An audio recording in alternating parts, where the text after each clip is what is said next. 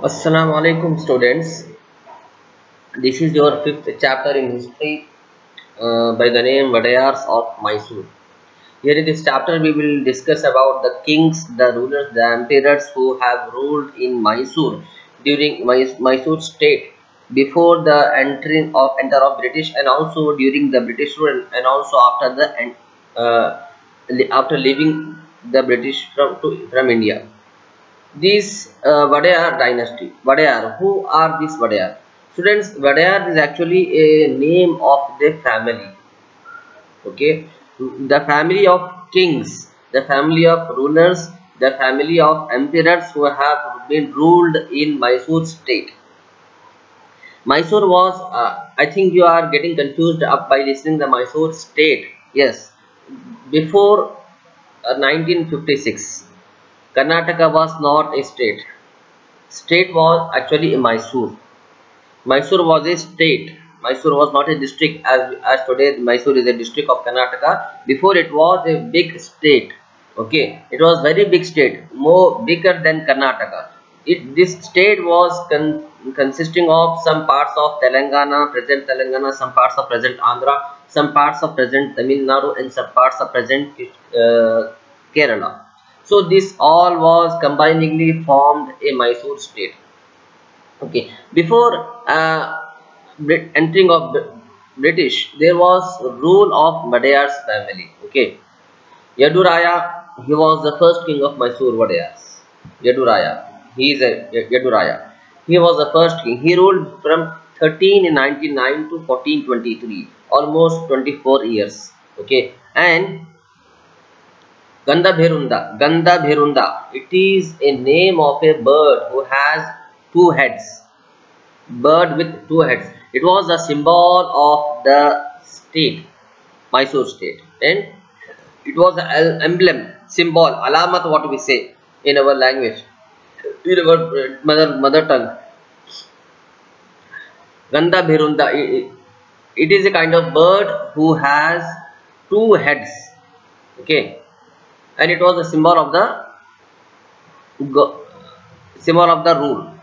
symbol of the state. And Srirangapatana of Mysore was their capital. Okay, now let us discuss one by one about the rulers of the Mysore state. First is Chikkadevaraya. He is the prominent king of early kings. He is the most important king. He is the most famous. He is the most memorable king among all the kings who have ruled Mysore state. He implemented many pro-people measures. He opened Attara Kacheri with 18 departments. Okay, Attara Kacheri means it was a kind of office in which there was 18 departments. Every department was working for a special and specific task related to social and ethical developments of people.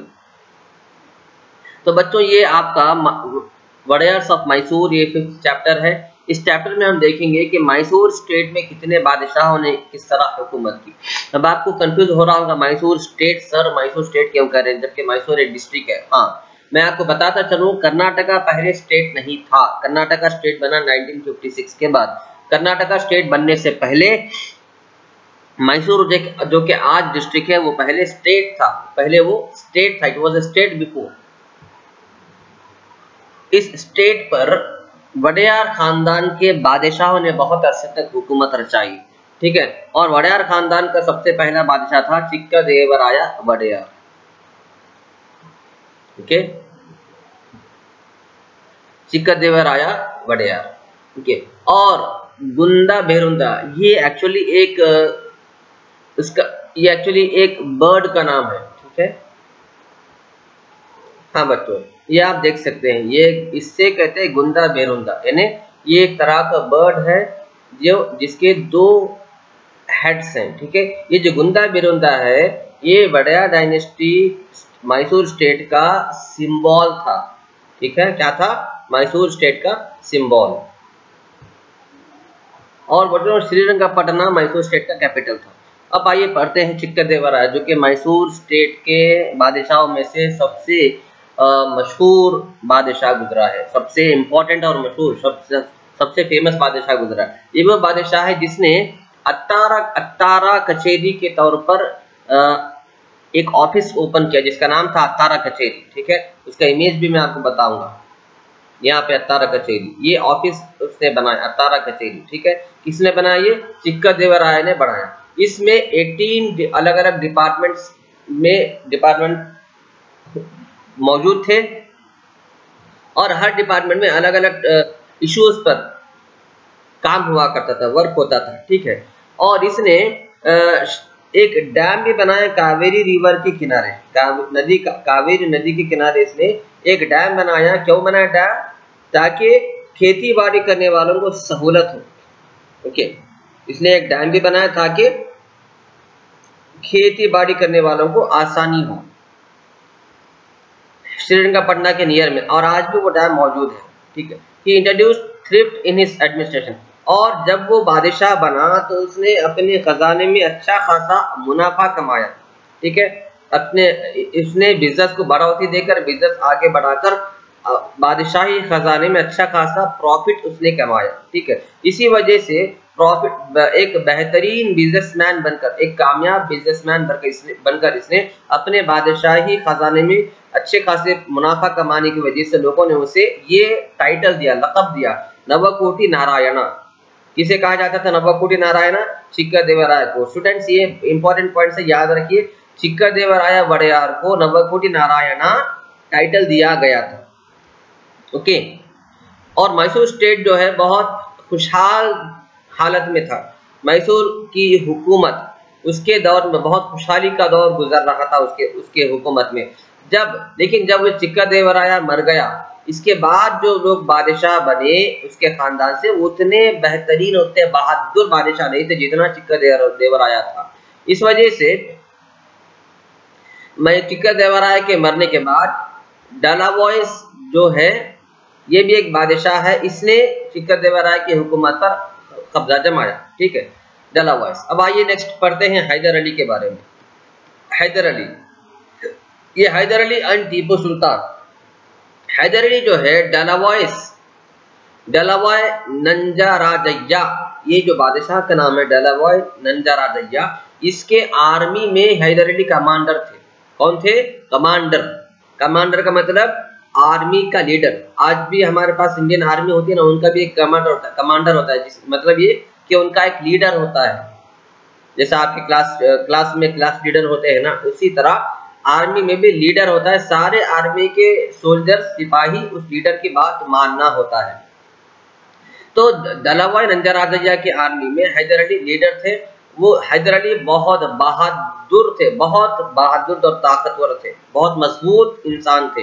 ठीक है, इन्होंने बहुत से जंगें लड़कर कामयाबी हासिल की है और हुकूमत को बहुत सी दौलत और बहुत सी आर्मी इन्होंने दिलाई।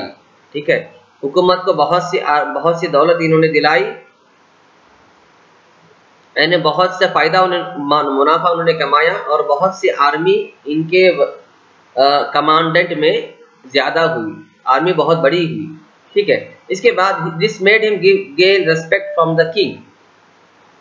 ठीक है, इसके हैदर अली के इतने कारनामों की वजह से हैदर अली को बहुत सी इज्जत मिलती थी।